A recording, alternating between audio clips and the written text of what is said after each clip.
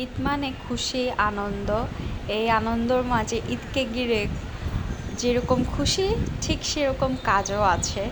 হয়তো এই কাজগুলো সুখেরই হয়। তো ঈদের ঠিক আগ মুহূর্তে আমার ননদ এখানে ছিল শ্বশুরবাড়ি, সে চলে যাবে ঈদের আগে। ঠিক ওনাকে বিদায় দেওয়ার আগ মুহূর্তে তার ছোট্ট মেয়ে রেডি করে বাইরে নিয়ে আসলাম।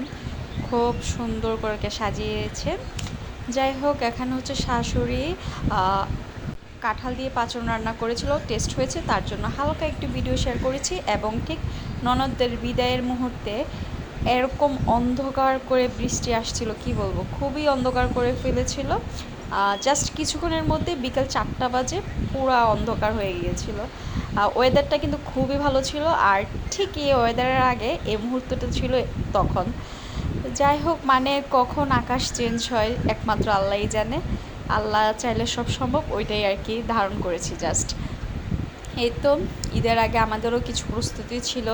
তো ঈদের আগে হচ্ছে অনেক কিছু ধুয়ে দিয়ে রাখতে হয় মাংসর জন্য। এগুলোতে মাংস কাটা হবে, নেওয়া হবে, পিঠা বানানো হবে।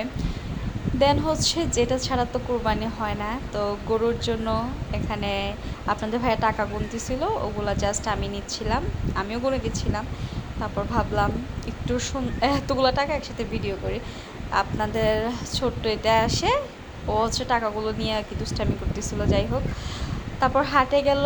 যদিও গরু বাড়ি থেকে কিনা হয়ে গিয়েছিল, তারপরও হাটে যাওয়ার ইচ্ছে হচ্ছে, ছেলেদের এরকম হয় আর কি, মানে হাটে যেতে হবে। এখানে অনেকগুলো মহিষ দেখতেছেন, এটা ছিল ওদের মামার মহিষ। তো মামার মহিষ হওয়াতে এটাই জাস্ট ভিডিও করেছে, আর কি ওটাই ভিডিও করেনি।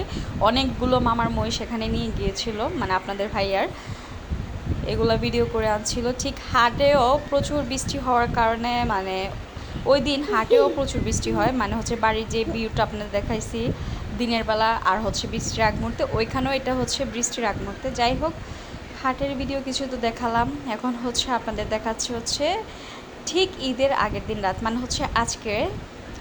আমি হচ্ছে আমাদের এখানে, মানে হচ্ছে চট্টগ্রামে এরা সবাই বুঝে যাবেন, এটা হচ্ছে পিঠা বানানোর উৎসব চলতেছে। একদম সবাই মিলে মিশে, একদম 4-5 জন মিলে অনেকগুলো হচ্ছে রুটি বেলা হবে এখন। এটা হচ্ছে কালকে খাওয়া হবে এবং সবাইকে বিতরণ করা হবে। এজন্য প্রচুর রুটি বেলা হচ্ছে এখানে। কত বলবো, মানে প্রচুর। যাই হোক, একজনে বেলতেছে, একজনে, মানে হচ্ছে আমি এখানে তো দেখতেছেন রোল করে দিচ্ছি, ছোট ছোট করে সুন্দর করে ইয়া করে দিচ্ছি। তারপর 2-3 জন বেলতেছে এবং হচ্ছে একজন পড়তেছে, এরকম আর কি। এই তো সুন্দর কিছু মুহূর্ত আপনার সাথে শেয়ার করলাম। ভালো লাগলে অবশ্যই লাইক কমেন্ট শেয়ার করবেন, আমার পেজটা ফলো দিয়ে পাশে থাকবেন। সবাই ভালো থাকবেন, আল্লাহ হাফেজ, সবারই ভালো কাটুক, সবাইকে ঈদের শুভেচ্ছা এবং মন থেকে ভালোবাসা।